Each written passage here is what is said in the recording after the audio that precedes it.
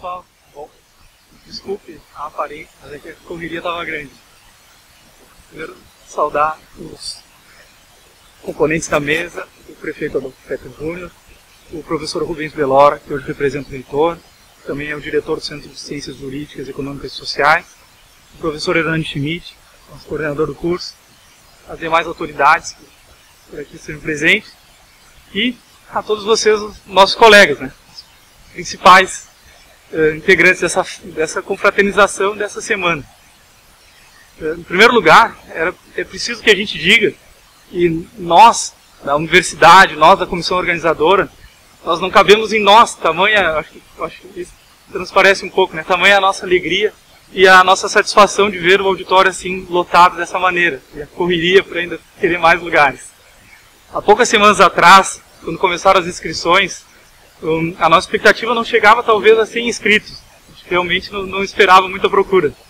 A gente ia quase que de hora em hora na livraria da São José para ver com o Alex, a Carol, o Leonardo e o Fabrício, para saber quantas inscrições já tinham.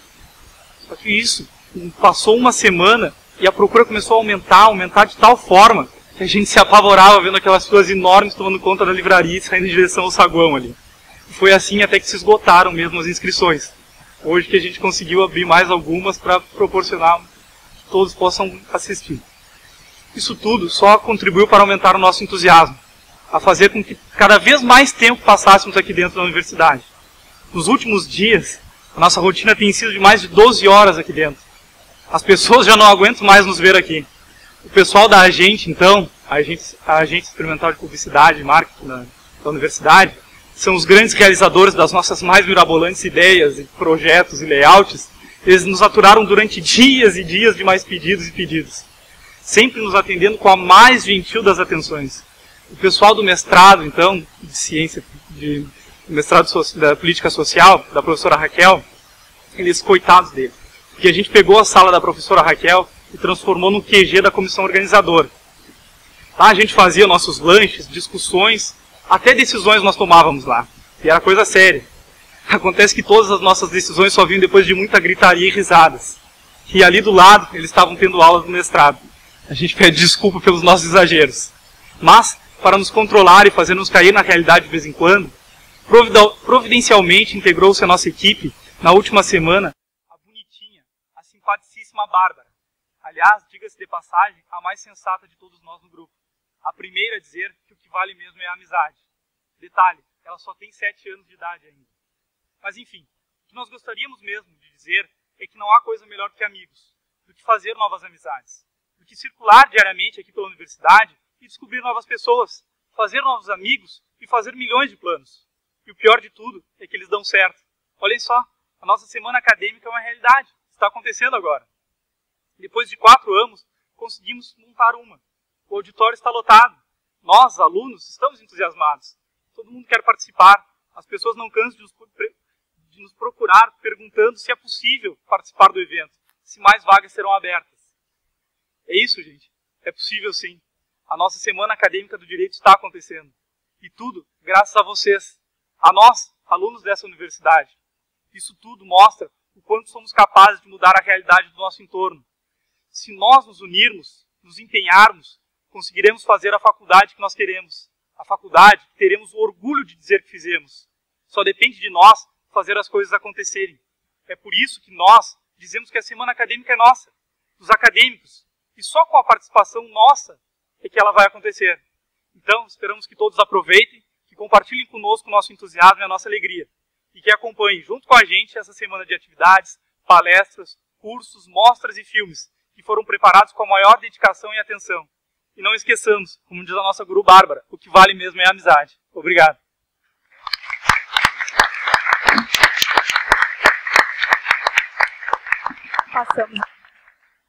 Passamos a palavra ao coordenador do curso de Direito, o professor Hernani Schmidt.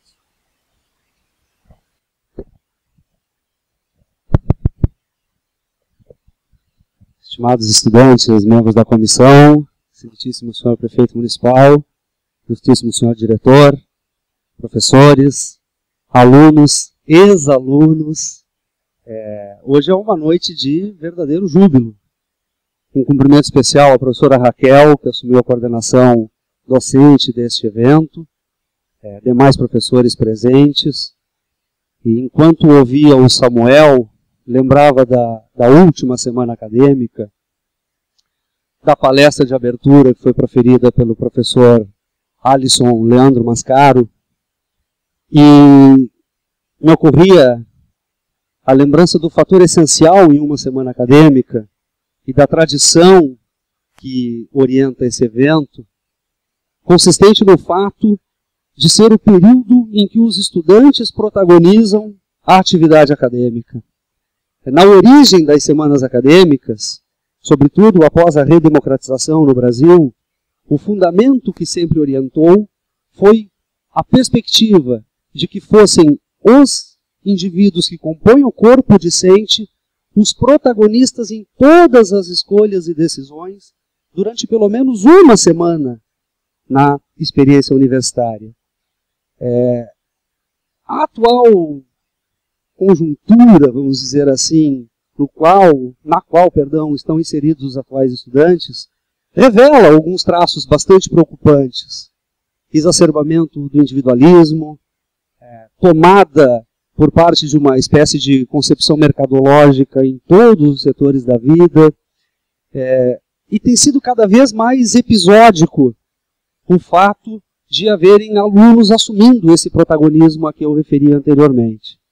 Pois bem, por essa razão, hoje inicia um processo de verdadeiro júbilo, por essa retomada da condição de protagonista pelos estudantes.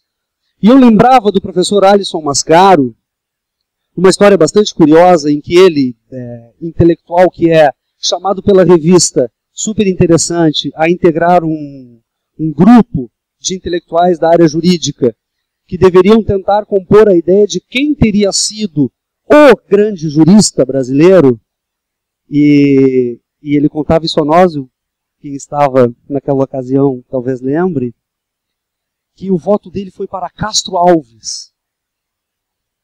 E que então, quando ele votou em Castro Alves, alguns dos demais juristas integrantes da comissão diziam: como Castro Alves? Castro Alves foi só estudante de direito. E eu aproveito para reiterar esse mecanismo de raciocínio. Como só estudante de direito? Talvez o homem que tenha conseguido inspirar da maneira mais universal a mais importante revolução já feita nesse país. Como só estudante de direito? Basta que tenhamos umas 2 ou 3 gerações sem a renovação de estudantes de direito abnegados minimamente, e talvez nós sejamos novamente conduzidos à barbárie. A função estudante de direito é essencial. Espaços como esse são essenciais. É da cultura democrática do nosso modo de vida que surge essa exigência.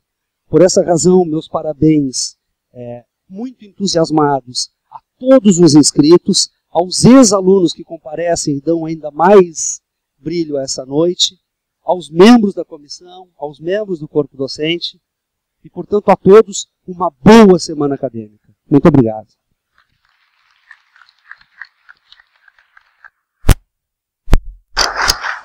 Passamos a palavra ao prefeito de Pelotas, senhor Adolfo Antônio Fetter Júnior.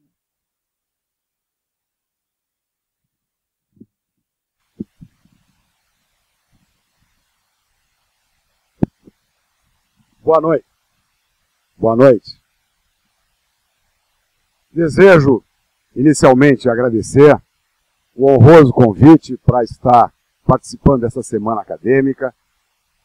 Saúdo a comissão organizadora, em especial a que eu guardei o nome, que é Bianca, que me mandou e-mails insistindo para essa presença, e ao mesmo tempo me desculpando, que eu gostaria de ter podido confirmar uma manhã, uma noite, enfim, que estivesse disposição para fazer um debate, e isso acabou não se encaixando na agenda, para meu desgosto, porque tenho muito prazer em participar de semanas acadêmicas, em especial na Universidade Católica, onde estudei, me formei, fui professor e, antes disso, fui representante dos alunos nesses processos de conselho universitário eleito pelos alunos da Universidade Católica, como na Federal, que eu também cursei agronomia, fui vários cargos, entre eles presidente do Diretório Central de Estudantes e organizador de algumas semanas acadêmicas.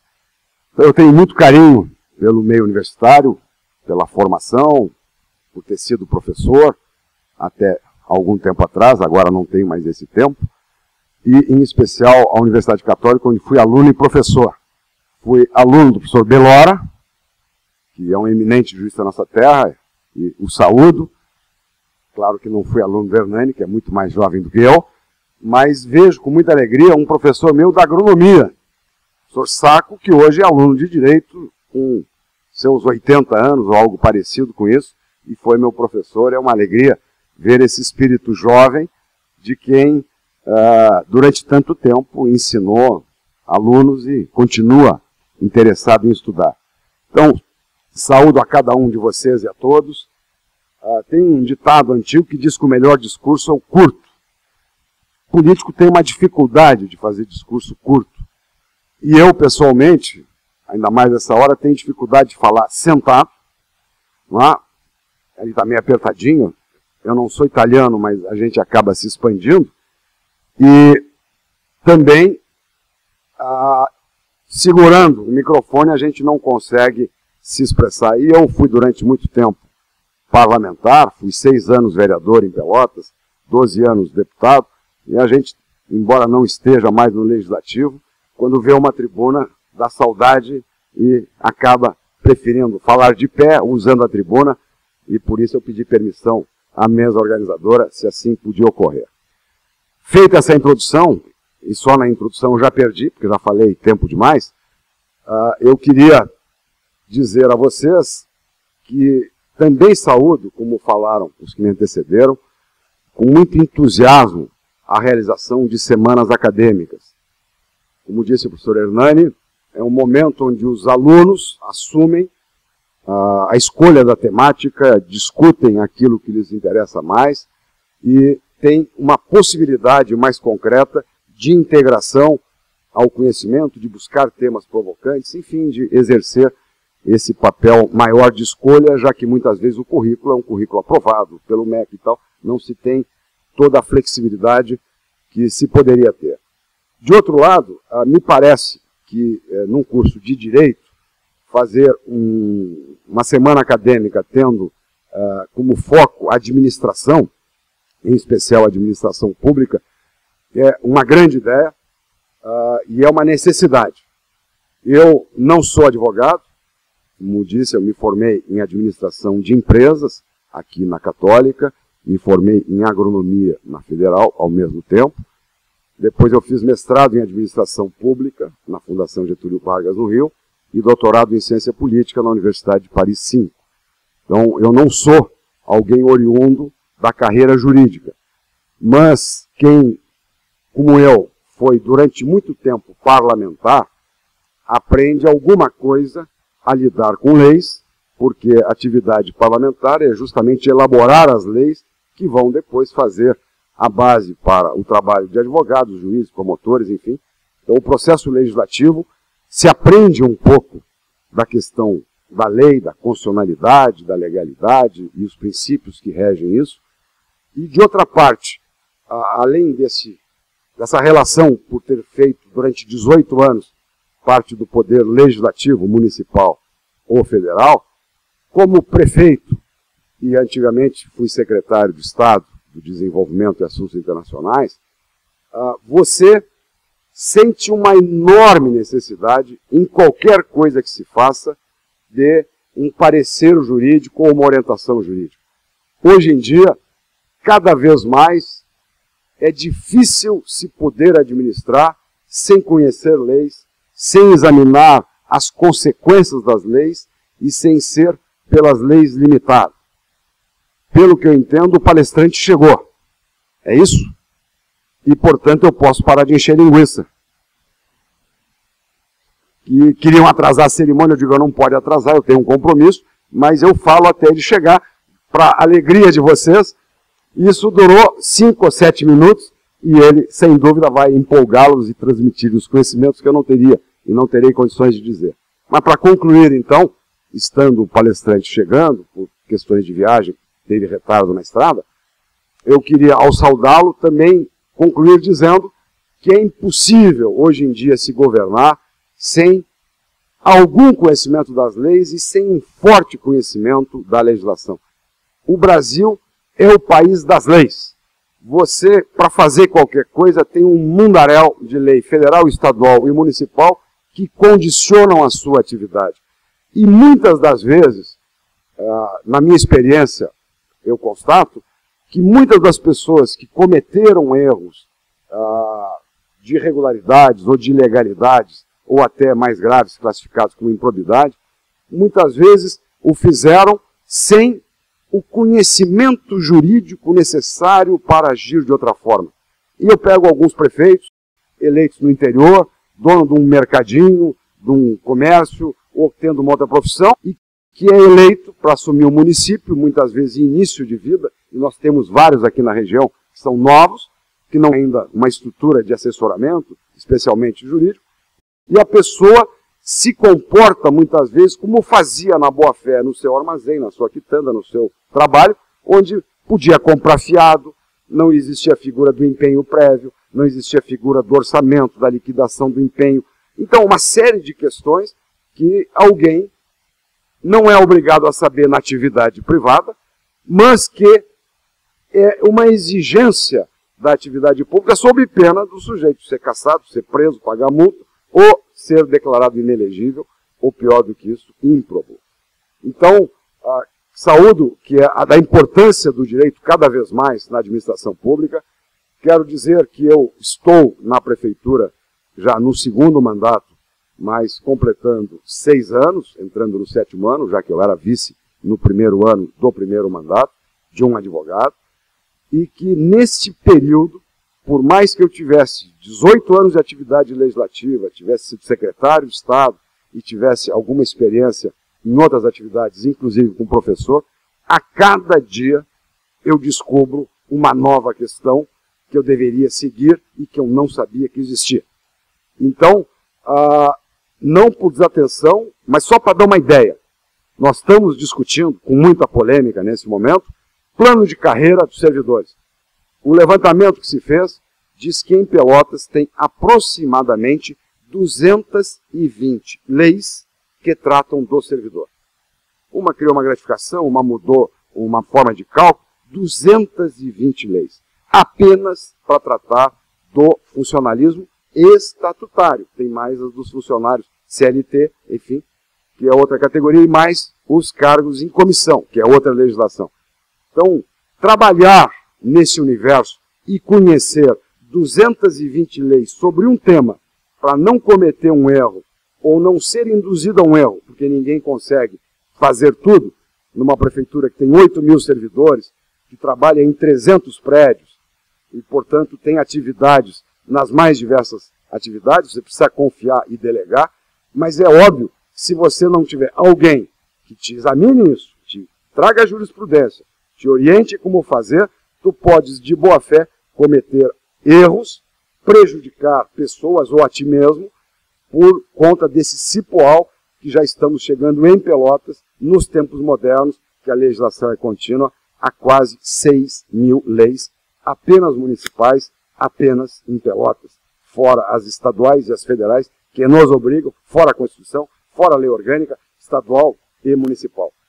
Então, queria dizer que eu teria, e terei no futuro, se Deus quiser, o maior prazer de participar desse tipo de evento. Lamento não poder ficar como gostaria para ouvir o ilustre palestrante, mas fiz o meu papel de tapar o buraco enquanto ele chegava. Agradecer enormemente o convite e a honra para aqui estar e dizer que li a programação, achei interessantíssima a programação, gostaria não apenas de participar, mas até de assistir muitas das palestras, que lamentavelmente hoje em dia a minha atividade não me dá mais a liberdade de fazer. Muito obrigado pelo convite, uma boa semana acadêmica, cumprimentos a todos, aos dirigentes, professores e aos prezados alunos.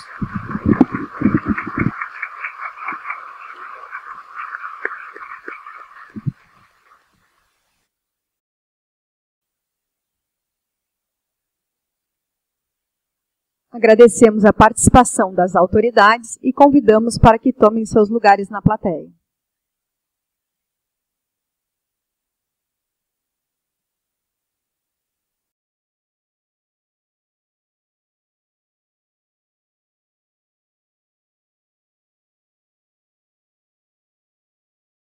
E para darmos início às palestras, convidamos para subir ao palco o professor Bruno Giancoli.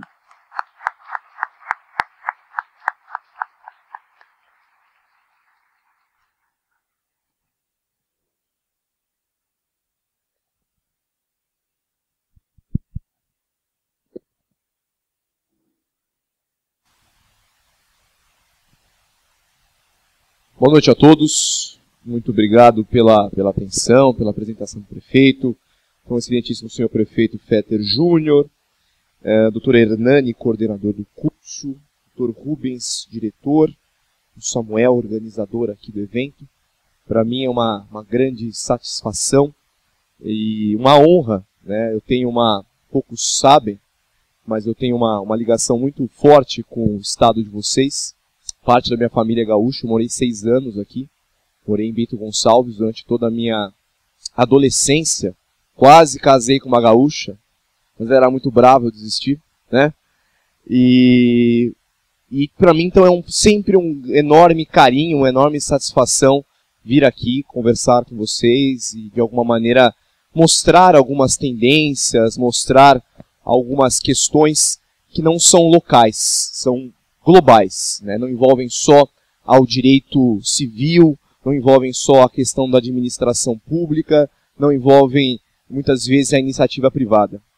Existe uma nova tendência, que é o que se discute em relação ao profissional do novo milênio.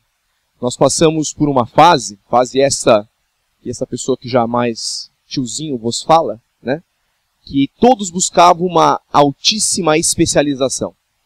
Todo mundo é um grande especialista, extremamente focado num tema, só sabia fazer aquilo. Eu tive colegas da faculdade que hoje só trabalham com energia eólica, são altamente especializados em direito regulatório. Mas a pergunta é, será que o mercado quer este profissional? Esse tipo de conhecimento? Essa alta especialização, ela sempre será necessária. Mas de um outro lado, se percebe a necessidade de uma pessoa com uma formação ampla, que conheça várias tendências e consiga enxergar pontos em diversas questões ao mesmo tempo. E esse tema que eu vou tratar com vocês é justamente um desses pontos, que muito embora ele esteja ligado eminentemente à minha área, na minha condição de professor de direito civil, o tema da responsabilidade civil, ele não é exclusivo dos civilistas. O problema da responsabilidade civil hoje é geral. Ele envolve o direito civil, o direito do consumidor, o direito ambiental, a questão ligada ao direito administrativo. Responsabilizar é hoje o ponto de ordem. Nós estamos num país em que o grande problema talvez seja justamente isso. Existem sanções, aqui eu vi o prefeito comentando, existem 6.000 leis municipais, mas não adianta nada nós termos uma quantidade absurda de textos normativos se não ocorre o básico, que é o cumprimento dessa norma.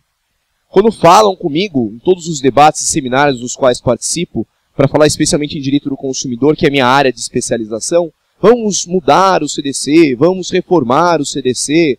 A pergunta é, por que nós não vamos cumprir o CDC? Já seria um bom passo, né? Por que nós não vamos cumprir o Código de Processo Civil? Cumprir os prazos, da forma como está lá. E aí vem o ponto da responsabilidade. A responsabilidade civil é justamente um instituto que tem como objetivo central garantir uma resposta a uma falha no cumprimento de um dever. Ou seja, quando os deveres não são cumpridos, nós inicialmente precisamos fazer o quê? Responsabilizar as pessoas. E ao responsabilizar as pessoas, eu posso responsabilizá-las sob diferentes ângulos. Uma infração de trânsito. Um problema, uma pessoa andando em alta velocidade. Como é que funciona isso? É só um problema do direito civil? Não, isso envolve uma responsabilidade civil, uma responsabilidade penal, uma responsabilidade administrativa. A responsabilidade e garantir a efetiva responsabilidade das pessoas é o que garante a ordem dentro de um Estado. Eu sempre dou um exemplo da minha cidade, São Paulo, que era o problema do cinto de segurança. Existe um prefeito polêmico, mundialmente conhecido, Paulo Maluf, que instituiu a obrigatoriedade do cinto de segurança. E hoje, todas as pessoas, pelo menos na cidade de São Paulo, meio que instantaneamente, ao entrar no carro, colocam um cinto. Mas esse mesmo fato não acontece se você está sentado no banco de trás. Acontece isso.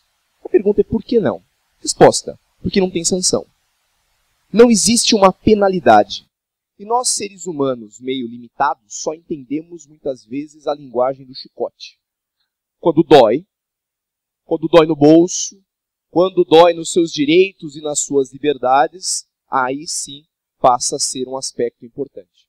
Passa a ser um aspecto relevante. E o objetivo central qual é? É aplicar a sanção? Não. Em momento algum o objetivo era multar as pessoas, mas conscientizá-las da necessidade de uso do cinto de segurança. Então, o cerne de toda a nossa discussão hoje é essa. Responsabilizar é necessário, mas existe uma discussão prática. Como responsabilizar as pessoas? Eu vou começar dando um exemplo de direito privado para migrar para a administração pública, que é o objetivo central aqui do nosso debate. Situação hipotética, que já aconteceu nessa cidade, que acontece em todas as cidades do Brasil. Uma pessoa que se dirige a uma agência bancária, e ao tentar entrar nessa agência bancária, ela fica presa na porta giratória, passando o maior constrangimento. Existe um caso famoso, que dá origem a essa discussão, chamado caso da velhinha de Taubaté, uma cidade interior de São Paulo, em que uma senhora de 86 anos foi barrada na porta giratória e, de acordo com segurança do edifício, segurança da agência, ela criava um enorme risco. Era uma figura assustadora. Então, praticamente uma vovó serial killer, né? Porque 86 anos, qual é o risco dela dentro de uma agência? Ao que me consta, não são pessoas geriátricas que cometem delitos, né? Especialmente furto.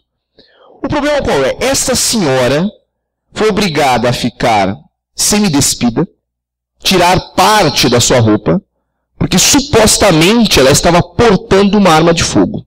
O que, com um pouquinho de bom senso, a gente poderia concluir que ela não tinha essa arma de fogo. Pois bem, ela entra com uma ação indenizatória, dano moral. Esse caso é contra a Caixa Econômica Federal. Ela entra com a ação e o juiz arbitra para ela um valor de R$4.000 a título de dano moral. E aí vem a primeira pergunta. Para esta pessoa que sofreu esse constrangimento, R$4.000 é muito ou é pouco? A resposta é, depende da pessoa. No caso dessa senhora, e analisando o primeiro aspecto, ela ganhava um benefício previdenciário por mês. À época, mais ou menos R$380. Então, se nós considerarmos sobre o ângulo da vítima, ela auferiu uma única ação a renda de pelo menos um ano. Talvez não seja muito dinheiro, e de fato não é, mas pensando na vítima, ela teve a devida compensação. E isso, considerando o Brasil, é a média geral que nós temos para esses casos. Todos os casos que envolvem porta giratória, eles estão relacionados mais ou menos a essa faixa de compensação, de R$2.500 a R$3.500 no máximo. Mas o problema é que, eventualmente, condenando o banco, a pergunta que surge é, para o banco isso é expressivo? Não. Para o banco não é expressivo.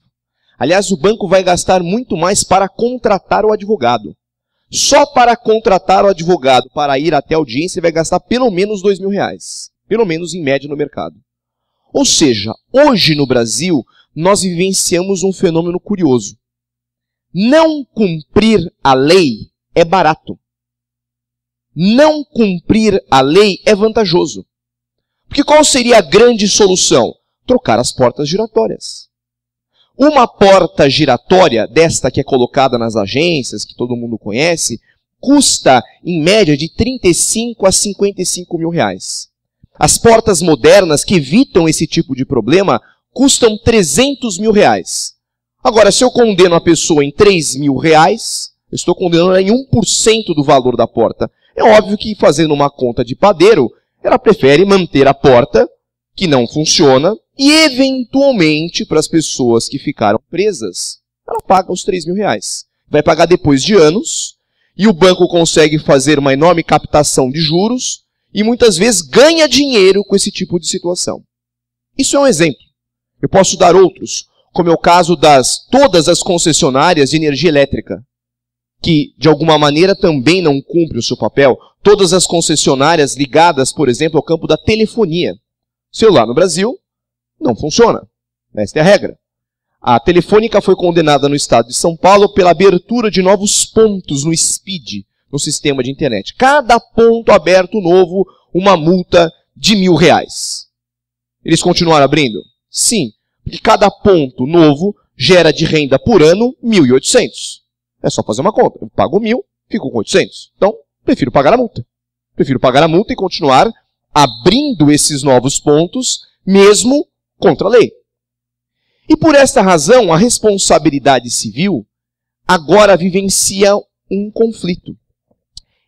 Tudo que nós já estudamos de responsabilidade, tudo que foi desenvolvido em torno desse instituto, ele é atrelado exclusivamente a quê?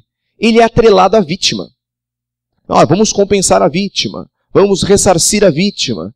Então se pensa sempre na vítima.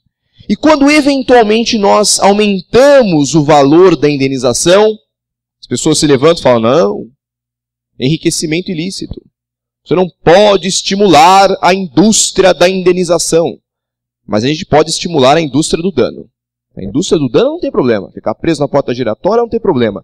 Ter um serviço de telefonia que não funciona não tem problema. Ter um serviço de abastecimento de água que não funciona não tem problema. Na cidade do Rio de Janeiro existe uma vara especializada em telemar. Uma vara só para atender uma empresa. Chama Expressinho Telemar. E o objetivo dessa vara é julgar uma ação, porque a Telemar não discrimina os impulsos do telefone. Então as pessoas entram com a ação, tem uma ação pronta, tem uma defesa pronta e tem uma sentença pronta. Agora pergunta, e está funcionando? Tá? A vara? A vara funciona que é uma beleza. E a telefonia? A telefonia continua sem discriminar os impulsos. E aí chegamos ao que eu queria. Toda a sanção dentro da responsabilidade civil, via de regra, ela tem um caráter pecuniário, ela tem um caráter econômico. Se eu eventualmente xingo alguém, ofendo a honra de alguém, provavelmente essa pessoa vai entrar com uma ação pleiteando dano moral, e isso vai ser arbitrado um valor. Hipoteticamente, eu sou obrigado a pagar R$10.000. Agora, quando eu pago esses R$10.000, o valor que foi arbitrado foi sempre pensando na vítima. Mas indiretamente, o que a gente percebe? Isso também serve para modelar a conduta do ofensor. De uma certa maneira, o ofensor, ao ser sancionado com valores econômicos, ele vai pensar, e muito, se ele vai cometer uma nova infração. Desde que este valor seja impactante. Essa que é a discussão. Por isso, nós estamos resgatando uma função dentro da responsabilidade civil que estava apagada há muitos anos. Na verdade, nunca foi desenvolvida num sistema como o nosso. Nós estamos importando do chamado direito anglo-saxão, de um sistema de common law muito diferente do nosso, que tem um papel sancionador muito mais efetivo. Não porque eles são melhores, mas porque o sistema deles funciona de uma forma mais eficiente. Esse sistema conhecido nos Estados Unidos e na Inglaterra como punitive damage, dano de punição, em que se procura avaliar, em que se procura estabelecer uma soma pecuniária cujo intuito exclusivo é penalizar o infrator. Não é mais pensando na vítima, é pensando na pessoa que comete a infração. Com este intuito, você sofrerá uma sanção econômica pesada, porque é esta a linguagem que você entende, e a partir desse momento, com certeza, você vai repensar a sua conduta. Se nesse caso da porta giratória, por exemplo, nós tivéssemos não mais uma condenação de R$3.000, mas uma condenação de 300 mil reais, vocês podem ter certeza que o banco ia pensar se não era melhor trocar a porta por um outro sistema que não agredisse a dignidade ou a intimidade das pessoas. O ponto essencial em torno dessa função punitiva, especialmente no campo da responsabilidade civil, é que ela não é muito bem vista, especialmente pela doutrina clássica. Punição sempre foi o campo do direito penal, com aquela série de prerrogativas, com aquela série de vantagens constitucionais, em que a pessoa, através de malabarismos jurídicos, sempre fica livre. Do ponto de vista civil, não. Do ponto de vista civil, nós vamos aplicar uma sanção que é a mais dolorosa ao infrator, a sanção econômica. E no final das contas, esse é o problema. Quando dói no bolso, o sujeito entende. O problema é que até hoje nós não temos normatizado, pelo menos nenhuma lei que expressamente estabeleça esses mecanismos, ou seja, como essa função deve ser aplicada. A única base normativa que nós tínhamos a respeito do tema era o Código 16, me perdoem, o Código de Defesa do Consumidor, no artigo 16, que sofreu um veto presidencial justamente para inibir essa questão. Só que o tema voltou pela doutrina e pela mão da jurisprudência e ganha muita força. O Estado do Rio Grande do Sul é um dos exemplos de aplicação desse mecanismo punitivo. Ainda em fase embrionária, mas já nós temos uma aplicação intensa, cujo objetivo central é um só. Ao nos depararmos com uma situação potencialmente danosa, ao nos depararmos com uma conduta reiterada que atinge não só aquela vítima, mas tem o poder de atingir outras pessoas, tem o poder de alguma maneira de criar uma situação lesiva em escala, esta pessoa precisa de uma sanção mais intensa. Justamente para quê? Justamente para que esta situação não seja perpetuada. Muito bem. Então, a partir desse momento, ao avaliar o problema, ao avaliar a responsabilidade do indivíduo, nós passamos a olhar com dois olhos. Um virado para a vítima e um outro olhando para o ofensor. Dentro do campo do direito privado, esta situação se torna, eu diria, mais simples. Agora, como nós poderíamos aplicar esse mecanismo dentro da administração pública? A resposta é muito simples. Vamos imaginar uma empresa que queira ter uma concessão. E, eventualmente, dentro desta concessão, ela não cumpre uma série de direitos dos usuários. E nós temos uma escala gigantesca de ações indenizatórias com problemas, problema típico da administração pública. Como poderíamos sancionar essa empresa? Em primeiro lugar, numa eventual ação, eu poderia arbitrar um valor de condenação alto, muito alto, para punir. E poderia puni-la de uma outra maneira ainda. Como? Proibindo que ela participe de outras concessões, tolhendo esta possibilidade ou esta atividade. Mas a dúvida, pelo menos é a atual dúvida que hoje nós vivenciamos, é a seguinte.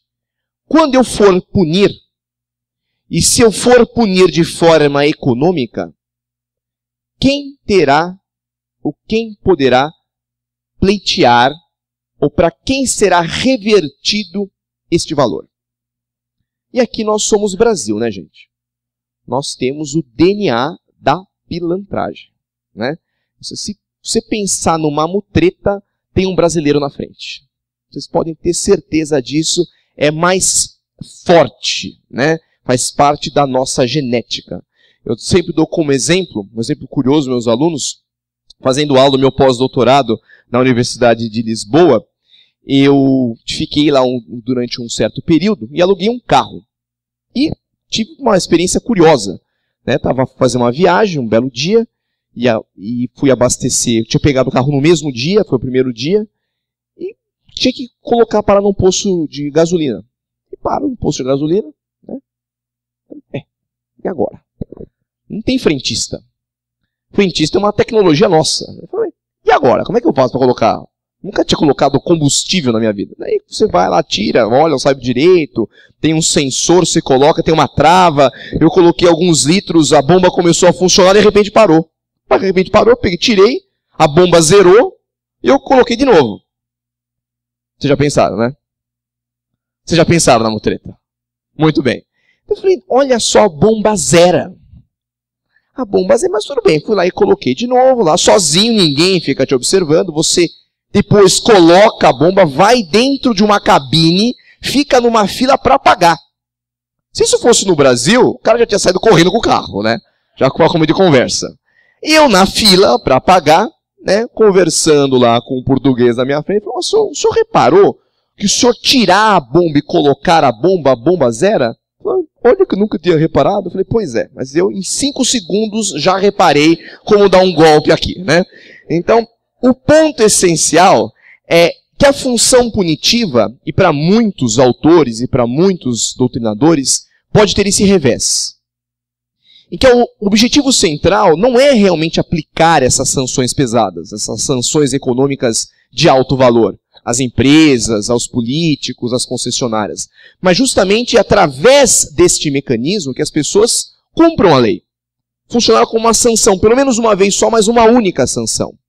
O lado ruim é que, ao perceber que isso será uma fonte de renda, as pessoas vão, de uma maneira ou de outra, ter um estímulo a propor esse tipo de ação, pleiteando esses valores a título punitivo. Que é o que acontece nos Estados Unidos. Lá, os advogados da área do chamado tort law, que é a área de responsabilidade civil, eles são milionários. E são milionários por quê? Porque eles entram com essas ações são na base do êxito, e o valor a título de punição, contratualmente, pode ser revertido integralmente ao advogado que patrocina a causa. Uma boa ideia, né? Muito bem. O ponto essencial é esse. Atualmente, para tentar solucionar essa questão, surgem 3 posições jurídicas distintas. Então, imaginemos um problema de uma concessionária que reiteradamente não cumpre os seus deveres. Uma concessão de telefonia, uma concessão típica que envolve a administração pública e o direito do consumidor. Um problema sério, estrutural do Estado. Essa pessoa não cumpre, e é problema. O serviço que não funciona, ação indenizatória. R$2.000, dano moral. O serviço não funciona, R$2.000, dano moral. R$2.000, dano moral. Juizado especial, R$2.000. Esses R$2.000 não dói. A hora que vier uma ação, R$1 milhão. Não, aí começou a dar problema. Aí nós vamos rever aqui a infraestrutura da cidade de Pelotas e ver se tem antena suficiente para dar contra a rede. Então, vai funcionar. Mas a partir do momento que tiver uma condenação de 1 milhão, vão surgir 1 milhão de ações pedindo 1 milhão. E aí vem a primeira dúvida. Este valor, a título punitivo, deve ser revertido a quem? 3 posições. Atualmente são 3 posições na doutrina sobre o assunto. Primeiro, seria o mais tradicional, reverte a vítima. A vítima entrou com a ação, ela é beneficiária. Mas esta posição faz com que muitas pessoas se levantem e falem, opa, professor, nós temos uma cláusula geral que veda o enriquecimento sem causa. Mas eu também vou contra-atacar. É sem causa? E o banco e a concessionária. Esta pode se enriquecer, não tem problema. Então, a história do enriquecimento sem causa, a barreira do enriquecimento sem causa, acreditem, é cultural. É conveniente falar que a vítima está enriquecendo. Mas eles não usam o mesmo argumento para o ofensor. O ofensor pode enriquecer. Caça os direitos políticos dele. E o dinheiro? O dinheiro deixa? Porque não é nem os direitos políticos que ele está preocupado, e sim com a vantagem econômica. Então, caça todo o patrimônio dele. Pena de perdimento de todo o patrimônio. Aí a coisa vai mudar. Mas essa posição, pessoal, que liga o valor a título de punição à vítima, é muito combatida. Você recebe muitas críticas porque ela estimula, de alguma maneira, esta indústria da indenização. e até uma palavra pesada, mas é o que nós chamamos meio de prostituição da responsabilidade civil. As pessoas vão se valer da responsabilidade civil para criar negócios, para criar problemas, e assim ficar utilizando a máquina do Estado, o poder judiciário, muitas vezes para resolver situações que não merecem punição.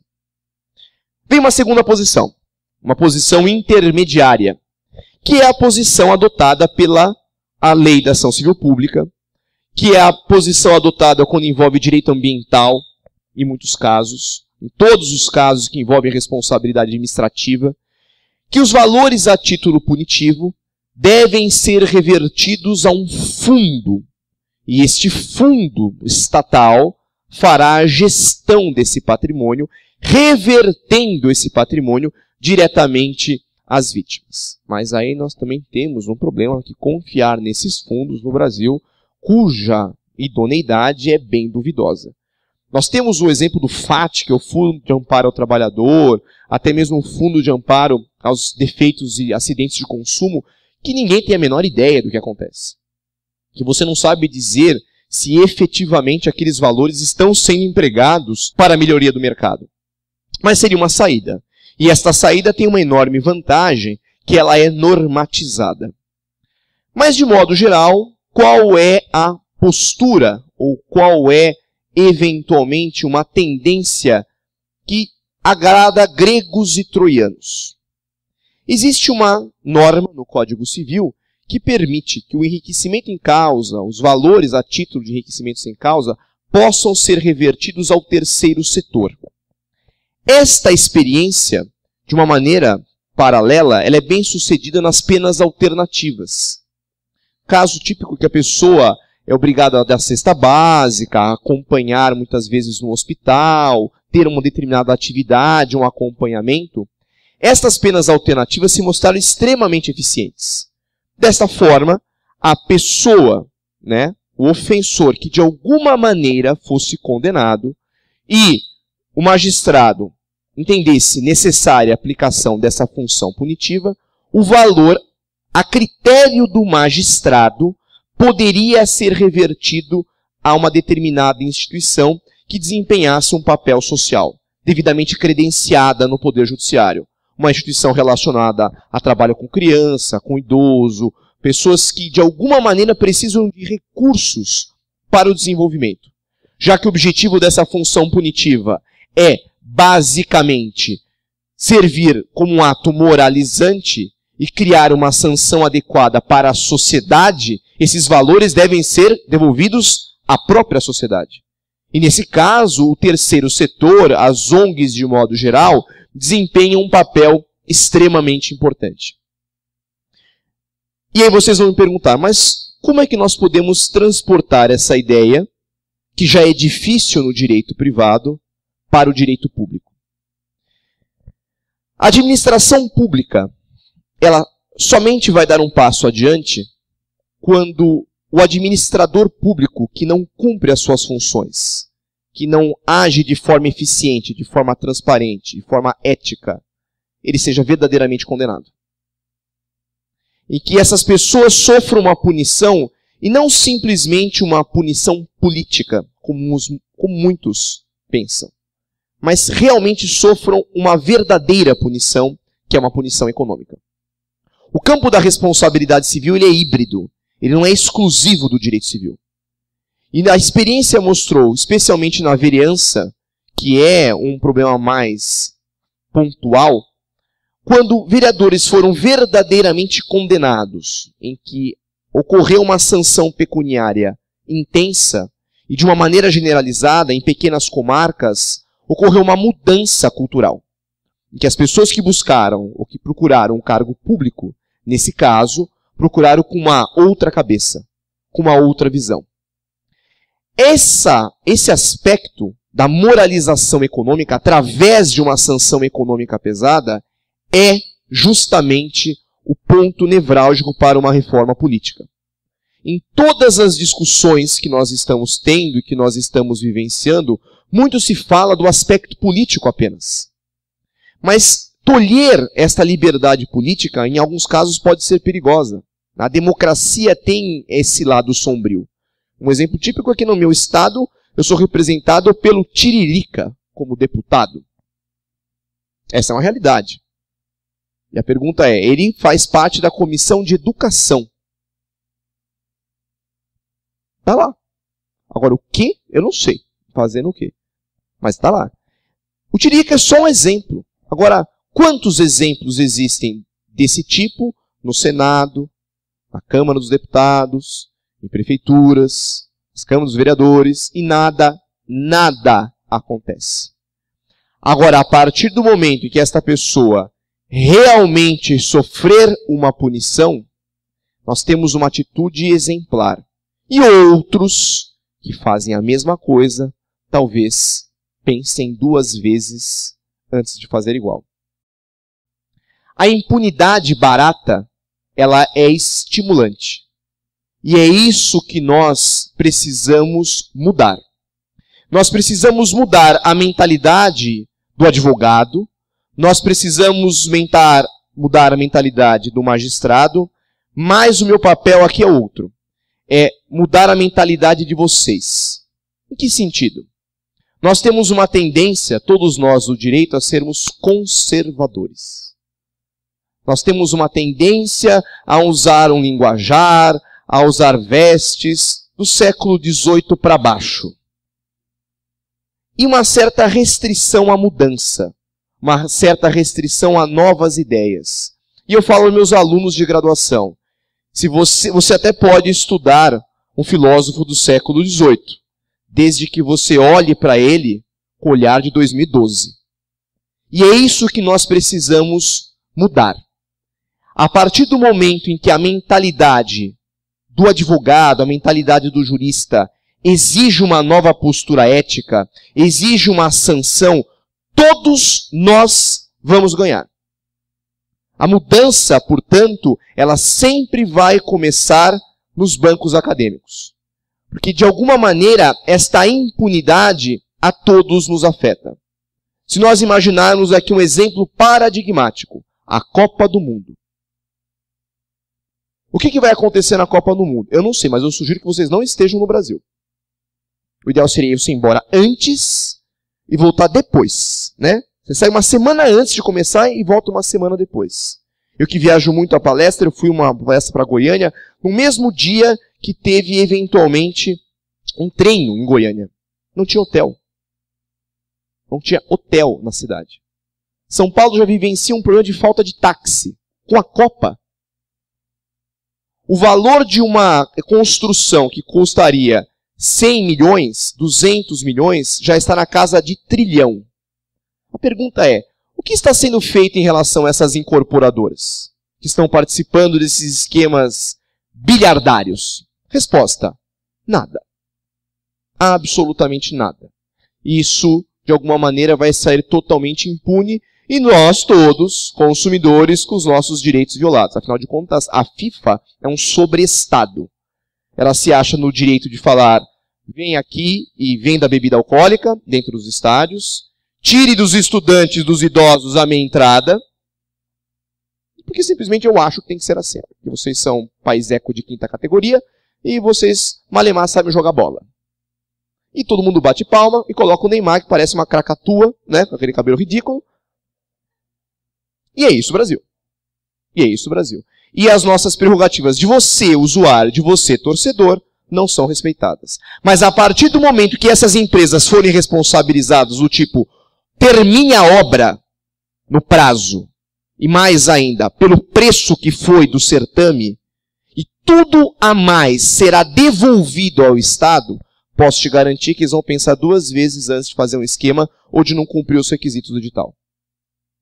Esta impunidade econômica nos cria um custo Brasil gigantesco, que nos afeta a todos.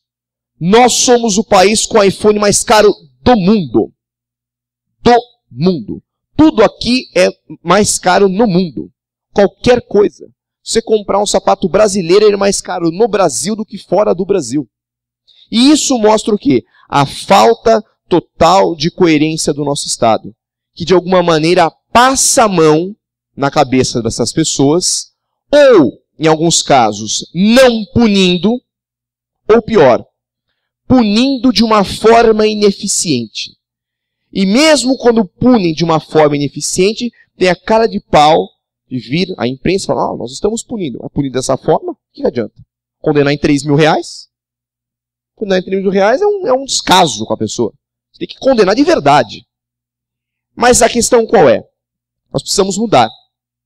E para mudar, precisamos de uma base sólida para desenvolver um mecanismo teórico. E a punição, pessoal, ela é histórica. Ela é pautada na ideia da pena privada. Se nós podemos, um juiz pode, para exigir o cumprimento de uma obrigação, fixar uma astrente, fixar uma multa diária, por que ele não pode estabelecer uma punição cujo objetivo é fazer com que essa pessoa cumpra a lei? E a partir desse momento são vocês, futuros juízes, futuros promotores, futuros administradores públicos, que precisam rever esse paradigma. E só existe uma forma de mudar o Brasil. E esta forma chama-se educação. E vocês já deram o primeiro passo. Infelizmente, a minha geração não foi capaz de fazer isso, mas eu torço verdadeiramente que a de vocês consiga. Muito obrigado pela atenção.